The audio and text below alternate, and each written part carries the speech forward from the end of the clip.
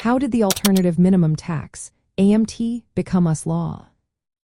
Imagine a world where some of the wealthiest Americans paid little to no income tax. That was a concern in the late 1960s. Back then, government officials noticed that a small group of high earners were avoiding paying their fair share. In 1969, Treasury Secretary Joseph Barr told Congress that 155 taxpayers earning over $200,000 a year paid no income tax in 1966. This caused public outrage and questions about fairness in the tax system. To fix this, Congress created a minimum tax in 1969. It was designed to make sure wealthy taxpayers paid at least a minimum amount of tax. This initial tax was an extra layer added on top of the regular tax, targeting income types like capital gains that were taxed lightly or not at all under normal rules. In 1979, Congress replaced this early version with what we now call the alternative minimum tax. This new system worked alongside the regular income tax but used different rules for calculating income and deductions. The goal was to prevent taxpayers from using various tax breaks and preferences to pay less than their fair share. At first, the AMT mainly affected a small group of wealthy individuals. Fewer than 1 million people paid it each year through the 1990s. But the problem was, the AMT was not adjusted for inflation.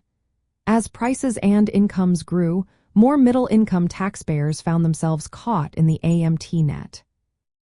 In the early 2000s, tax cuts lowered regular income tax rates but did not change the AMT. This meant more people, including middle earners, started facing the AMT. By the 2010s, tens of millions of taxpayers were affected. Congress kept trying to fix this by passing temporary patches to raise the exemption amounts, often at the last minute. These patches helped prevent a sudden jump in the number of people paying the AMT. Still, the AMT remained a complicated part of the tax system that made planning and filing taxes more difficult for many Americans.